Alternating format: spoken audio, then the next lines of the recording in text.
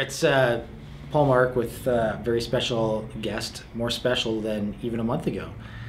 This is Josh Hockin, our longtime faithful sidekick here at Transcend, but now the Canadian Barista champion, which is a pretty significant achievement. So we're here. We thought we would take the opportunity to let you hear from Josh directly and about the win and what it means to him and the process that he went through in terms of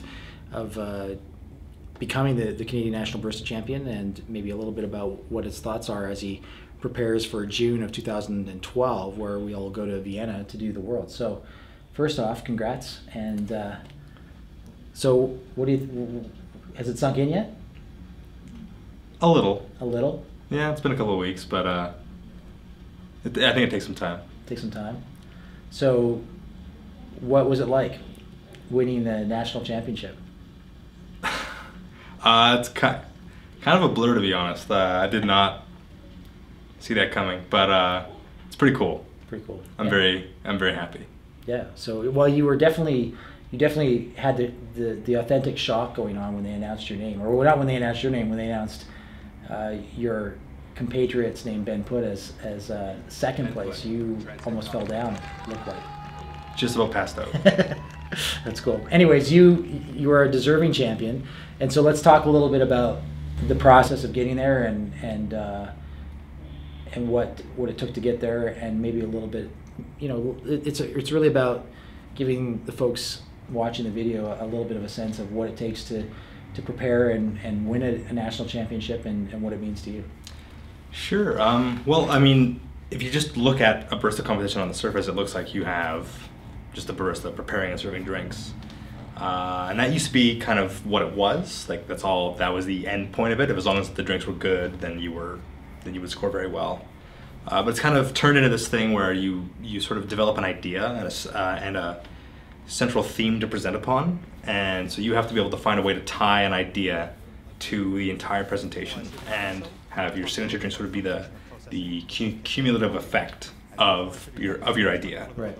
And so that takes a long time because you have to find an idea, which is actually interesting and will be relevant to a panel of coffee experts. So you have to kind of know what you're talking about.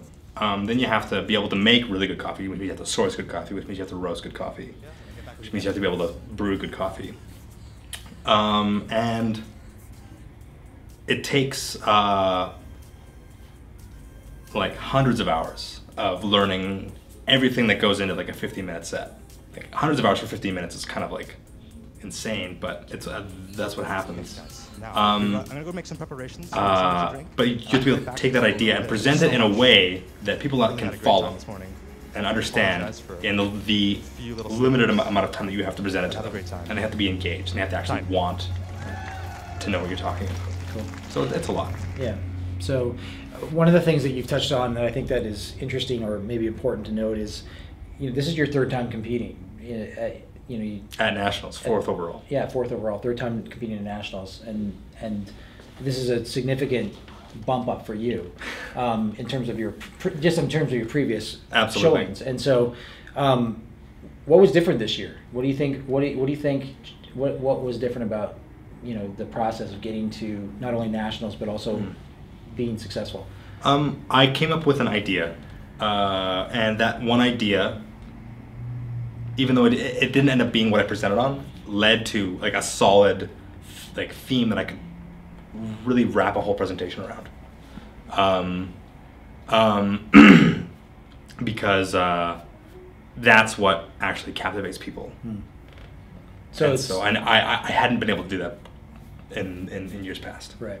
And so it's a cohesive story that the judges can get their heads wrapped around.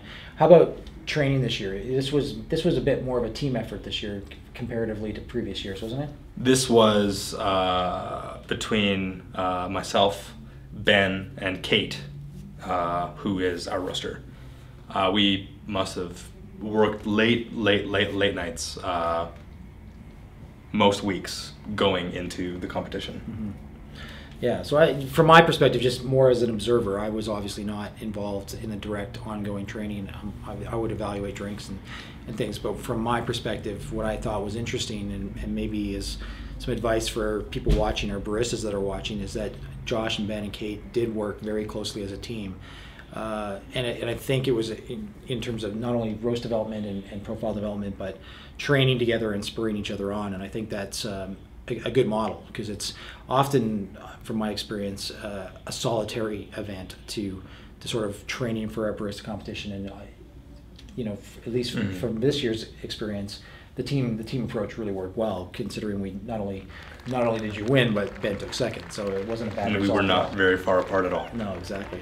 So one of the things you talked about was in the process of sourcing or getting ready for this competition is finding great green, and I think we did a very good job of that this year. When we talk about Sin Limited, or not, well, both Sin Limited, which is a coffee that Ben competed with, and then the winning coffee, which was Santa Lucia, which is an certified organic coffee from Ricardo Perez. And so I was just in Costa Rica last week, and I actually had an opportunity to interview Ricardo about what it meant to him to have you compete successfully and win the national championship. So we're gonna cut to that interview, and you're gonna get a chance to watch Ricardo respond and react to the news about Josh winning. Okay. All right, we're here at Ricardo's home. We've just had a lovely coffee, and we thought we would, obviously, since Josh just successfully took the Canadian National Barista Championship using Ricardo's coffee, Santa Lucia, we thought it would be obviously very appropriate to take this time to chat with Ricardo about the coffee. So first I'm going to ask Francisco to translate and just ask Ricardo what it means to him that the coffee won Canadian Nationals. We're in the West Valley region, in the Llano Bonito Naranjo microregion at 1,700 meters above sea level, right in the heart of Santa Lucia Farm. That's good as an opening, no? That's right. Where are we sitting on? Don Ricardo, explicaba don Paul que, bueno, acabamos de tener un café muy gustoso aquí, y que Josh, el barista, quedó campeón con el Santa Lucía de Helsa, de Salcero. Que usted cómo se siente, cuál es su punto de vista por haber obtenido ese primer lugar en el campeonato de barismo de Canadá.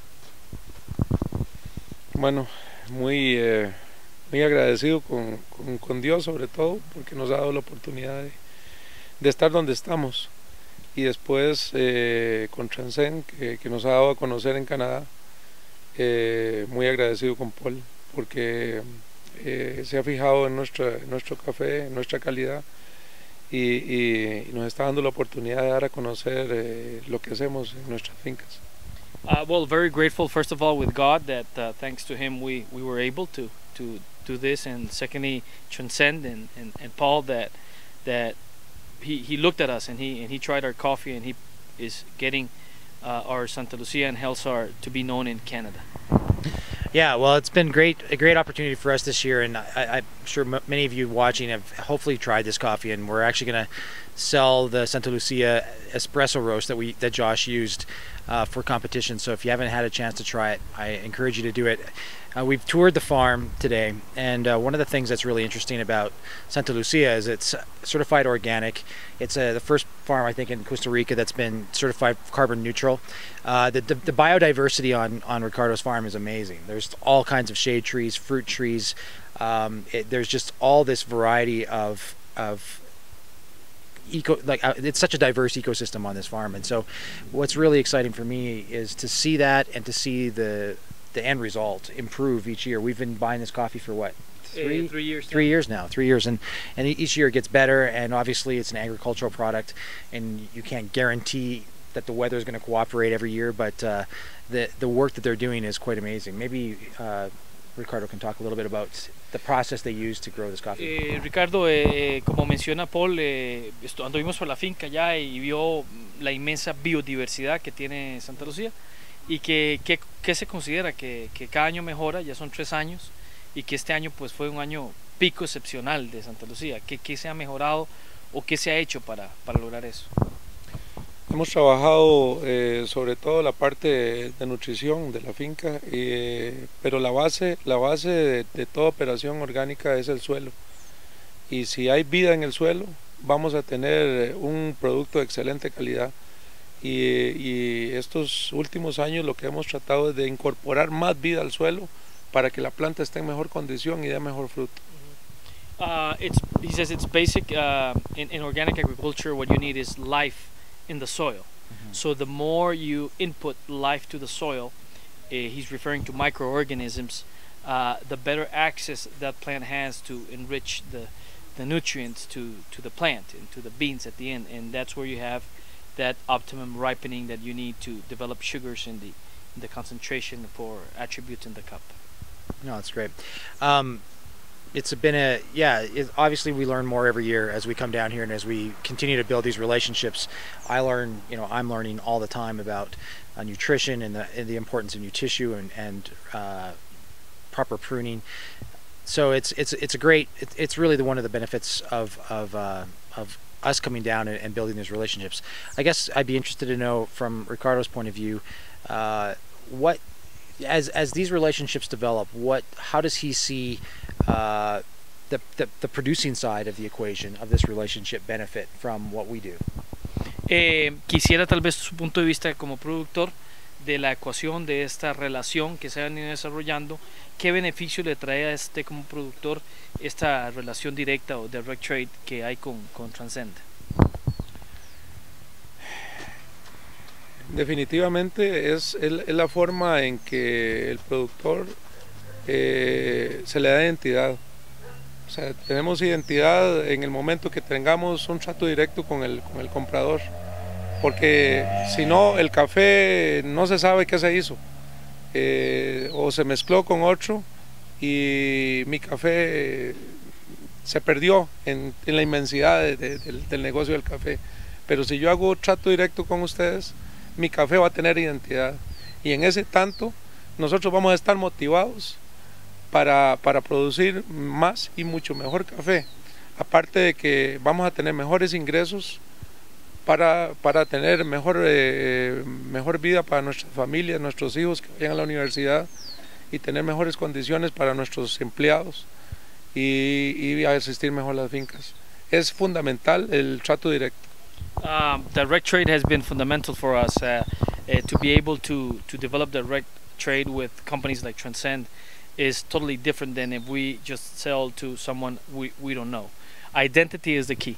He says that to have the identity position in the market has been key for us to be able to invest in our mill, invest in our farms and our workers, and overall have a better living for our families, education for our children. Yeah, well, it's good to hear. It's obviously something that's important to us as we continue to develop these relationships. We really want to see this be a two-way street, not just a one-way street. Obviously, we're after quality, but we're also after traceability, and I personally feel it's very important that the stories of the producers get told back at home. So it's good to hear that same perspective is important here. We're going to wrap this up, but just as a closing thing, I'd like to just see if there's anything that Ricardo would like to tell consumers back home. Like, is there a message that he would like people in North America to know when it comes to his coffee? Ya estamos cerrando la entrevista, pero no sé si usted le gustaría dar un mensaje a los consumidores en Norteamérica, allá en Canadá, sobre en general los cafés y el consumo de cafés. Sí, claro.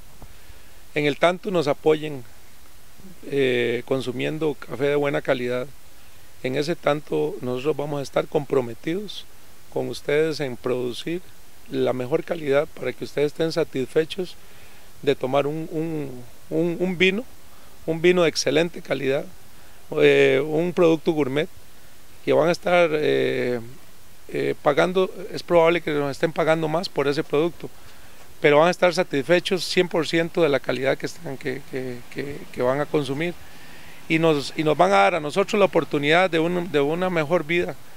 Nos van a dar mejor vida a nosotros y nos van a dar mejores condiciones para nuestros empleados y nuestros hijos. As long as we continue receiving this support from you as consumers, we are committed to continue producing boutique coffees for you.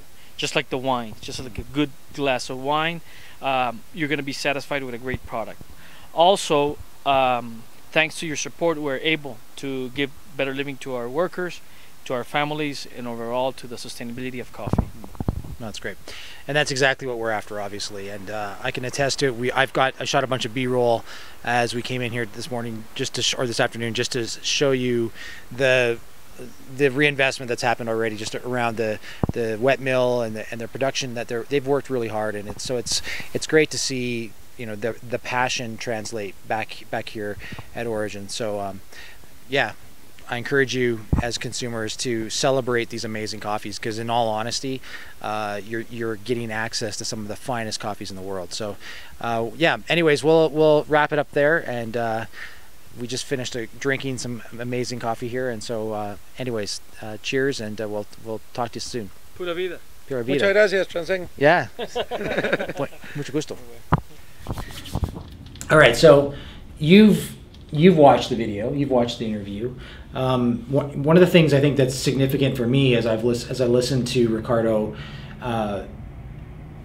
sort of articulate the importance of this, not just your win, but the importance of the relationship between Transcend Coffee and Santa Lucia, and not just Transcend. There's other buyers that have a direct relationship with Santa Lucia and with Ricardo. But one of the things I think that was significant for me and important for me to hear was the impact and the importance of that relationship in terms of enabling them to both reinvest in the farm, and I've seen their brand new spanky wet mill, which I think led to an increase in quality this year.